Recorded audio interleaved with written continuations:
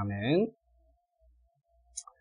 우리는 지난주에 하나님께서 우리에게 복을 주시기를 원하시고 또 우리에게 복을 주시려고 창조하셨다라는 것을 살펴보았습니다.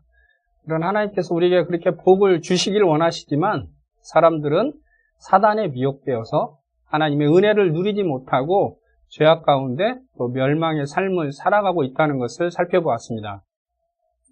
그렇다면 사단은 어떻게 우리를 미혹하는 것일까요? 사단에게 우리가 미혹되지 않으려면 사단이 어떻게 무엇으로 우리를 미혹하는지를 우리는 살펴봐야 할 것입니다.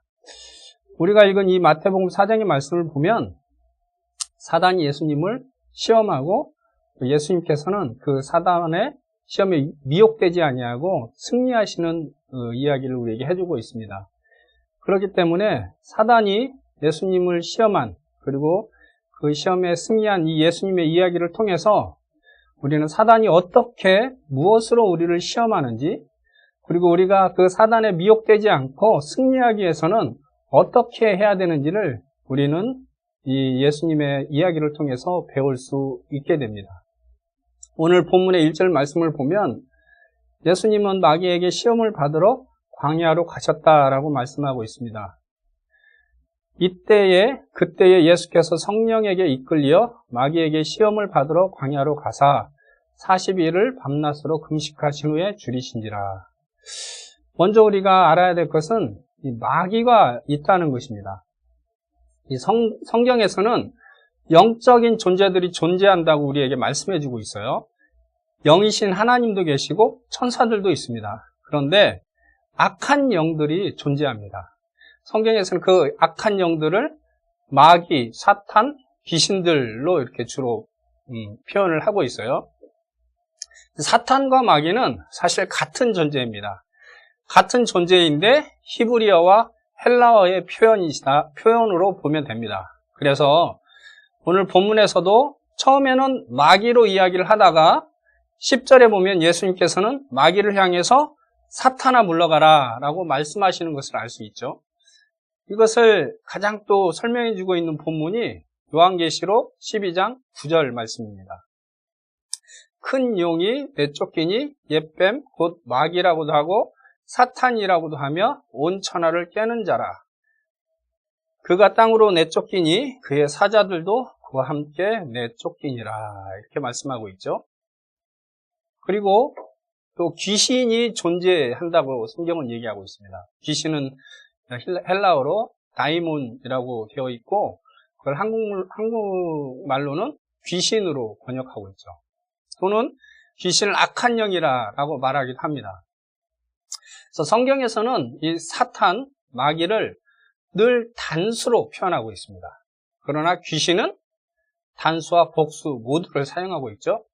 그래서 이 사탄, 마귀는 우두머리이고 귀신은 사탄 혹은 마귀가 부리는 영들이다라고 볼 수 있는 것이죠. 성경은 이 악한 영들의 존재를 이야기할 때마다 시험하는 자, 유혹자, 속이는 자, 거짓의 아비다라고 말하고 있습니다. 이들은 하나님의 피조물인 사람들을 유혹하는 존재다라는 것을 알 수 있죠. 오늘 본문에도 보면 예수님은 성령에 이끌려 마귀에게 시험을 받으러 광야에 가셨다라고 말씀하십니다. 하나님께서는 왜 이런 사탄 마귀가 존재하도록 그냥 두셨는지 우리는 잘 알지 못합니다. 분명한 것은 하나님께서 예수님께도 그랬듯이 우리가 사단의 시험을 받도록 허락하신다는 것입니다. 심지어 성령이 충만한 사람도 사단의 시험을 받는다는 것을 알 수 있어요. 오늘 본문 앞에 보면 마가복음 3장 16절에서 17절에 예수님은 성령으로 충만한 상태였습니다. 그래서 예수님은 요한에게 세례를 받으시고 예수님에게 성령이 임하셨죠. 그리고 하늘에서는 이는 내 사랑하는 아들이요 내 기뻐하는 자다라는 하나님의 음성을 듣기도 했습니다. 예수님은 이처럼 성령이 충만하셨을 때 그때에 예수님은 시험을 받으셨다라는 것이에요. 이것은 우리가 성령이 충만하다고 마귀의 유혹이 없는 것이 아님을 알 수 있습니다. 하나님은 성도들을 시험 당하시도록 허락하시는 분이에요. 성령이 충만한 상태에 있을 때에도 우리는 사단의 시험에 노출이 된다는 것을 알아야 합니다. 그러나 너무 염려하지 말 것은 하나님은 우리가 감당할 시험 밖에는 허락하지 않으신다라고 말씀하시죠. 하나님께서는 애굽의 노예였던 이스라엘 백성들을 능력의 손으로 애굽에서 나오도록 이끌어내셨죠. 그러나 하나님의 그 전능하신 이적과 기사를 직접 눈으로 보았던 이스라엘 백성들이 바로 가나안 땅으로 간 것이 아니고 광야에서 40년을 보내게 됩니다. 그리고 그것은 하나님께서 이스라엘을 시험하사 그들의 마음이 어떠한지를 알려고 하셨다라고 신명기 8장 2절에서 기록하고 있죠. 시험은 누구나 힘든 것이에요. 그러나 그 시험은 그 사람의 실력을 알 수 있게도 해줍니다. 시험이라는 것 자체는 힘든 것이지만 시험은 그 사람의 진가를 증명해주는 수단이 되기도 하는 것이죠. 공부를 전혀 하지 않은 사람은 시험이 정말 시험거리가 될 거예요. 그러나 공부를 열심히 한 사람에게는 시험은 자신의 실력을 보여줄 수 있는 기회가 되기도 합니다. 하나님께서 예수님을 마귀의 시험을 받도록 허락하신 이유는 예수님께서 이 시험을 통해서 자신이 누구이신지를 더욱 드러낼 것을 믿었기 때문입니다. 사단의 시험은 진정으로 누구인지, 내가 어디에 속한 자인지 그것을 더욱더 드러내주고 증거해주기 때문에 그런 것이죠. 시험하는 자가 예수께 나와서 첫 번째로 시험한 것이 무엇이었을까요? 3절에 보면 시험하는 자가 예수께 나와서 이르되 내가 만일 하나님의 아들이거든 명하여 이 돌들로 떡덩이가 되게 하라 라고 말하고 있습니다. 사단이 먼저 유혹할 때 먼저 하는 말이 내가 만일 하나님의 아들이거든입니다. 사단은 이 사람을 통해서 내가 하나님의 자녀라면, 내가 기독교인이라면, 내가 믿는 하나님이 정말 살아계신 분이라면 이런 말을 통해서 우리 그리스도인들에게 유혹을 합니다. 그러면서 사단이 유혹하는 것이 또 요구하는 것이 무엇인가요? 명하여 이 돌들로 떡덩이가 되게 하라는 것이었습니다. 이 말에는 세 가지 의미를 내포하고 있는데 첫째는 하나님의 아들은 이적을 행할 수 있어야 한다는 것이죠. 왜냐하면 전능하신 하나님의 아들이니까. 두 번째로 고통은 나쁜 것이다. 그렇기 때문에 그 고통에서 빨리 벗어나야 한다라는 의미를 가지고 있습니다. 그래서 내가 진정한 전능하신 하나님의 자녀라면 그 능력으로 이 고통에서 벗어날 수 있어야 된다라는 것이죠. 사단은 아주 교모하게 이 고난을 이용합니다. 특별히 이 먹는 문제, 생계 문제를 가지고 유혹하는 것을 알 수 있어요. 누구나 이 생계 고난은 굉장히 큰 고통을 줍니다. 빨리 벗어나고 싶어 하죠. 왜냐하면 힘드니까요. 고난이 즐겁다고 생각하는 사람은 아무도 없을 것입니다. 사단은 사람의 이러한 육신의 약점을 이용합니다. 하나님은 크고 능력이 많으신 분인데 왜 이렇게 고생을 하고 있니? 하나님이 정말 살아계신 게 맞아? 아니면 내가 진짜 그리스도인이 아닌 게 아니야? 천지를 창조하신 하나님이 너의 아버지신데 하나님께 구해서 이 고난을 벗어나도록 하라고 사단은 유혹하는 것입니다. 오늘날은 단지 생계의 어려움만으로 유혹하지 않습니다. 사단은 더 많은 돈을 가져야 한다고, 돈이 있어야 생활을 하고 존중받고 행복하게 살아갈 수 있다고 유혹하죠. 그래서 돈이 이미 사실은 우리의 삶에 넉넉하게 있는데도 불구하고 사람들은 더 많이 그리고 더 빨리 모아야 한다고 미혹을 합니다. 프리드리히 니체라는 사람은 돈이 하나님의 자리를 대체하게 될 것을 예언했던 사람이에요. 그 사람의 글을 보면 이렇게 그가 쓴 걸 알 수 있어요. 어떤 사람은 왜 거짓된 저울추를 쓰고 다른 사람은 왜 시가 이상의 보험을 든 뒤 자기 집에 불을 지르는가? 상류층의 4명 중 3명이 합법적 사기를 일삼는 이유는 무엇인가? 이 모두는 무엇에서 비롯되는가? 정말 무엇이 부족해서는 아니다. 그들의 생존은 전혀 위태롭지 않다. 그들은 밤낮 충동질하는 것은 재산이 불어나는 속도가 너무 더딘 것에 대한 지독한 조바심이고 돈더미에 대한 지독한 동경과 애착이다. 전에는 하나님을 사랑해서 하던 일을 이제는 돈이 좋아서 한다. 돈만 있으면 당장 권력이 피부로 느껴지고 떳떳한 양심도 지킬 수 있기 때문이다. 이렇게 말하고 있어요. 어쩌면 예수님을 시험했던 사단이 오늘날 완전히 성공했다라는 느낌을 받게 됩니다. 세상은 이제 대부분 사람들이 돈의 노예가 되어 살아가고 있죠. 10억을 준다면 1년 동안 감옥에 가도 된다라고 말합니다. 돈이라면 죄를 범해도 되고 거짓으로 속여도 되고 사람을 해치고 심지어 생명까지 해치는 일이 너무나도 쉽게 일어나고 있음을 우리는 찾아볼 수 있어요. 사단은 예수님이 40일 동안 금식하셔서 매우 배고픈 상태에 있는 예수님을 이 돌들로 떡덩이가 되게 하여서 먹으라고 시험합니다. 내가 진정 하나님의 아들이라면 내가 가진 능력을 이 돌이 떡이 되게 만들어서 배고픔을 해결하는 데 사용하라라는 것입니다. 예수님은 돌들이 떡이 되게 하실 수 있는 능력이 있으신 분이시죠.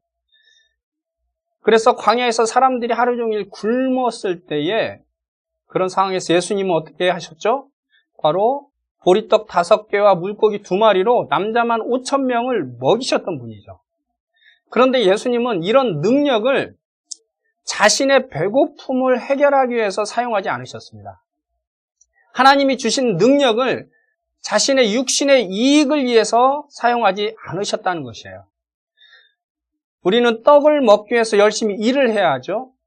성경은 일하지 않는 자들은 먹지도 말라고 말씀하고 있습니다. 그러나 예수님은 자신의 배고픔을 해결하기 위해서 자신의 특권을 사용하지는 않으셨어요. 자신의 배고픔을 해결하기 위해서 하나님이 주신 능력으로 이적을 행하시지 않으셨다는 것이죠. 오늘날 그리스도인들 중에 어려움을 겪거나 고난 가운데 있을 때 사단은 미혹합니다. 내가 살아계신 하나님의 자녀인데 이렇게 못 살 수 있니? 어떻게 하나님의 자녀가 이런 고난을 겪고 있을 수 있니? 라고 시험합니다. 내가 능력이 하나님으로부터 받은 능력이 있다면 이러한 고통을 해결하는 일에 사용해야 한다고 시험합니다. 너는 능력이 있잖아. 그 능력으로 먹을 것을 해결하는 일에 너의 특권과 능력을 사용하라는 것이죠. 그래서 고통스러운 삶에서 벗어나라는 것입니다. 이러한 사단의 시험에 예수님의 대답이 무엇이었나요?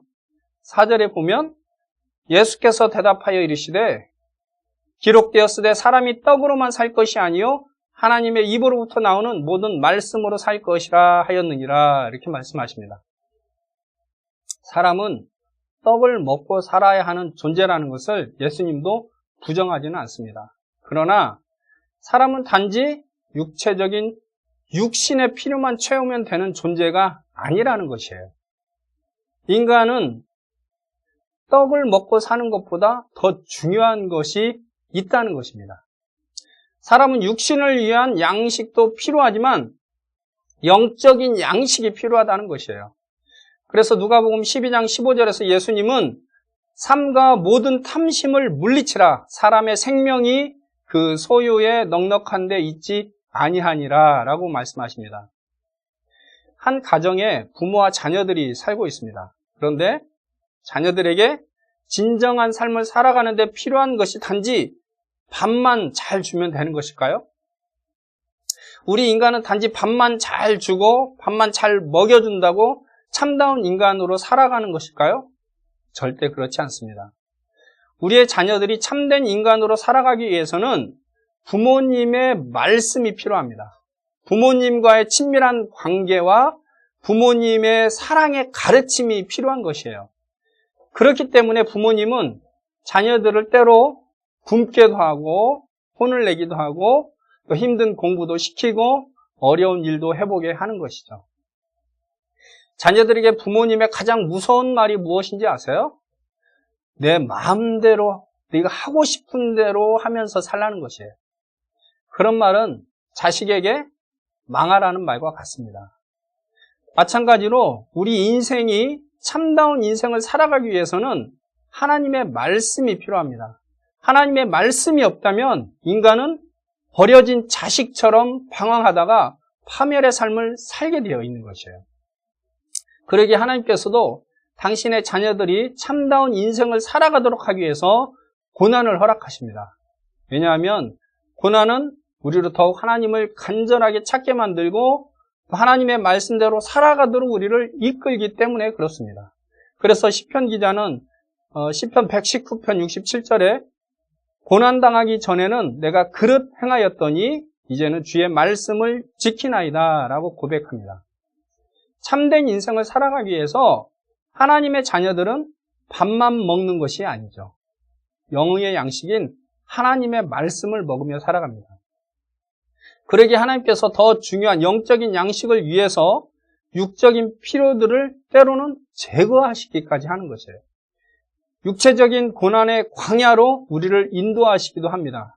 그럴 때 사단은 그리스도인이라면, 하나님의 자녀라면 이런 고난에서 벗어나야 한다고만 유혹합니다. 우리의 육체적인 필요들에만 관심을 갖도록 미혹합니다. 그러나 참된 하나님의 자녀를 증거해 주는 것은 고난을 당하지 않는 것이나 육체적인 필요들이 풍성한 것에서 증거되는 것이 아니라는 것이에요. 진정한 하나님의 자녀라는 정체성은 하나님의 말씀을 듣고 하나님의 뜻을 이루며 삶으로 사는 것이 바로 하나님의 자녀인 것을 증거해 준다는 것입니다. 그래서 요한복음 4장 34절에서 예수님께서는 이렇게 말씀하시죠. 나의 양식은 나를 보내신 이의 뜻을 행하며 그의 일을 온전히 이루는 것이니라 라고 말씀하십니다. 예수님의 양식은 아버지 하나님의 뜻을 행하며 그분의 일을 온전히 이루는 것이었어요. 그래서 요한복음 6장 27절에서도 썩을 양식을 위하여 일하지 말고 영생하도록 있는 양식을 위하여 하라라고 말씀하시죠. 사단의 유혹에 예수님은 하나님의 말씀을 가지고 승리를 하십니다. 본문에서도 예수님은 신명기 8장 3절의 말씀을 가지고 사단에게 대답을 하셨던 것이에요. 이스라엘 백성들은 살아갈 수 없는 광야에서 40년을 살았습니다. 사람들은 광야에서는 단 40일도 살기 어렵죠. 먹을 것이 없기 때문에 살 수가 없다고 생각합니다. 떡이 없으면 살 수 없다고 생각합니다. 그러나 하나님께서는 광야에서 만나와 메추라기를 주시며 먹이셨습니다. 우리는 떡이 없으면 살 수 없다고 생각하지만 하나님께서는 광야의 생활을 통해서 하나님의 백성들이 하나님의 말씀을 붙들고 살아간다면 하나님께서 먹을 것과 입을 것을 주신다는 것을 보여주고 있는 것이죠. 하나님의 말씀을 먹고 산다면 우리의 육신의 것과 입을 것은 하나님이 해결해 주신다는 것이에요. 사단의 시험에 대한 예수님의 대응을 통해서 우리가 또 알 수 있는 것은 우리가 사단에 승리하기 위해서는 바로 이 하나님의 말씀을 잘 알고 있어야 한다는 것이에요. 하나님의 말씀을 알지 못하면 사단의 유혹에 쉽게 넘어가고 또 사단의 뜻에 따라 살아가게 됩니다. 하나님의 말씀을 잘 알아야 사단의 시험에 미혹되지 않는 것이죠. 우리가 하나님의 말씀을 그래서 잘 알고 있기 위해서 필요한 것은 무엇일까요? 바로 하나님의 말씀을 많이 묵상하고 읽고 배워서 하나님의 뜻이 무엇인지를 우리가 잘 분별할 수 있는 사람이 되어야 하는 것이죠. 하나님의 말씀을 잘 알면 알수록 우리는 하나님의 뜻과 사단의 유혹을 분별할 수 있는 능력이 생기게 되고 사단과의 싸움에서 승리할 수 있게 됩니다. 사단의 유혹에 넘어가지 않게 되는 것이죠. 죄의 종이 되지 않게 됩니다. 경건하고 깨끗한 마음을 유지하게 됩니다. 그래서 시편 기자는 119편 98에서 100절에 보면 이렇게 고백하고 있어요. 주의 계명들이 항상 나와 함께하므로 그것들이 나를 원수보다 지혜롭게 하나이다. 내가 주의 증거들을 늘 읊조림으로 나의 명철함이 나의 모든 스승보다 나으며 주의 법도를 지킴으로 나의 명철함이 노인보다 나으니이다 라고 말씀하고 있습니다. 오늘 우리는 사단이 예수님을 어떻게 유혹하는지를 살펴봤어요. 사단은 우리의 가장 약한 이 배고픔과 생계의 문제를 가지고 시험합니다. 돈과 소유와 재물로 유혹합니다. 사단이 유혹하는 것은 하나님이 주신 재능과 특권과 능력을 너의 떡을 위해서 사용하라는 것이에요. 나의 육체적인 필요를 채우는 데만 사용하라는 것이에요. 오직 돈을 더 많이 버는 일에만 사용하라는 것이에요. 하나님을 신뢰하고 인내하며 하나님의 뜻을 이루는 것보다 돈을 버는 일에만 모든 것을 집중하라고 말하고 있어요. 너가 진정한 하나님의 자녀라면 지금 어렵고 힘든 삶에서 벗어나야 한다라고 유혹합니다. 그러나 진정한 하나님의 자녀는 단지 육체적인 양식만 채우며 사는 사람들이 아니라고 말씀하고 있어요. 하나님의 입으로부터 나오는 말씀으로 살아가는 자들이 바로 하나님의 자녀다라고 예수님은 말씀하십니다. 물론 하나님의 자녀들에게도 떡이 필요합니다. 돈이 필요합니다. 공부도 해야 합니다. 가족의 생계를 위해서 일도 해야 합니다. 그러나 사람의 생명은 소유의 넉넉함에 있는 것이 아니죠.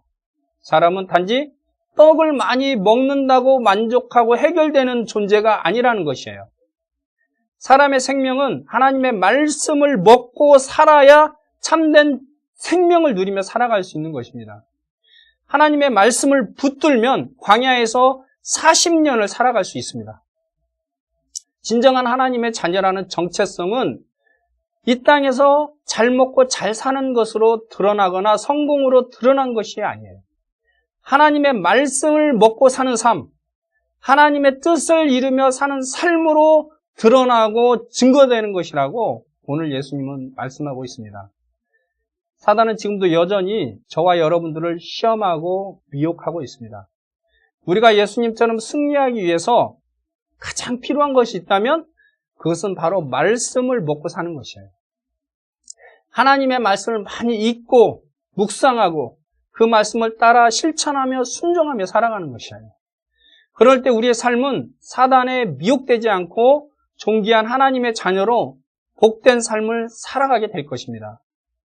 그래서 올 한 해 동안 우리 동은교회 청년부는 말씀을 회복하는 한 해가 되길 소망합니다. 이제는 우리가 핸드폰으로 많은 다른 것들을 보는 시간들을 좀 줄이고 우리의 생명이 되시는 하나님의 말씀을 묵상하고 읽고 실천하며 살아가는, 그래서 그것을 서로 나누고 말씀이 풍성한 우리 청년부가 되도록 우리가 기도하고 소망했으면 좋겠습니다. 이 시간에 다 같이 기도했으면 좋겠습니다. 우리가 사단의 유혹에 미혹되지 아니하고 우리가 예수님처럼 승리하며 생명을 누리며 복된 삶을 살아가게 해달라고 기도했으면 좋겠습니다. 그러기 위해서 우리에게 필요한 것은 하나님의 말씀입니다. 하나님의 말씀만이 우리를 살리고 하나님의 말씀만이 우리를 사단의 유혹에서 지키고 하나님의 말씀만이 우리로 하여금 더욱더 지혜롭게 만들어주고 있습니다. 하나님의 말씀이 우리를 지킵니다. 하나님의 말씀이 우리를 살게 합니다. 하나님의 말씀이 우리에게 생명의 삶을 살게 합니다. 이 시간에 다 같이 하나님, 올 한 해 내가 무엇보다도 말씀을 붙들고 사는 한 해가 되게 해주시옵소서. 말씀이 풍성한 한 해가 되게 하여 주시옵소서. 무엇보다도 말씀을 붙들고 살아가는 한 해가 되게 하여 주시옵소서. 그래서 광야에서도 40년을 살았던 이스라엘 백성들처럼 하나님의 말씀을 먹고 하나님의 말씀을 붙들고 살 때에 하나님이 우리 삶 가운데 역사하시는 것을 경험하게 해달라고, 내가 하나님의 자녀로서 하나님의 말씀을 따라 살게 해달라고 시간에 같이 기도하겠습니다. 살아계신 하나님, 저희의 삶에